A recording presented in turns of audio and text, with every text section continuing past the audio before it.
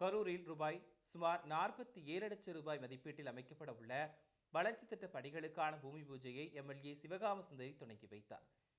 கிருஷ்ணராயபுரம் சட்டமன்ற தொகுதிக்குட்பட்ட தாந்தோணி ஒன்றியத்தில் உள்ள அரசு உயர்நிலைப் பள்ளியிலும், கோயம்பள்ளி ஊராட்சியில் உள்ள கோயம்பள்ளி அரசு உயர்நிலைப் பள்ளியிலும் எம்எல்ஏ சிவகாம சுந்தரி தலைமையில் எம்ஜிஎன்ஆர்ஜிஎஸ் திட்டத்தில் தலா 17.42 லட்சம் ரூபாய் என மொத்தம் 34,84,000 ரூபாய் மதிப்பீட்டில் மைதானம் அமைப்பதற்கான பூமி பூஜை அந்தந்த பள்ளிகளில் நடைபெற்றது. அதற்கான பணிகளை எம்எல்ஏ சிவகாம சுந்தரி துவக்கி வைத்தார். இதனைத் தொடர்ந்து அருந்ததியினர் தெருவில் சட்டமன்ற உறுப்பினர் தொகுதி மேம்பாட்டு நிதியிலிருந்து 12.60 லட்சம் ரூபாய் மதிப்பீட்டில் சிறிய சமுதாய கூடம் அமைப்பதற்கான பூமி பூஜையையும் தொடங்கி வைத்தார். இதில் திமுக மாவட்ட துணை செயலாளர் ரமேஷ் பாபு, தாந்தோணி ஒன்றிய செயலாளர் பாஸ்கரன் உள்ளிட்ட பலர் கலந்து கொண்டனர்.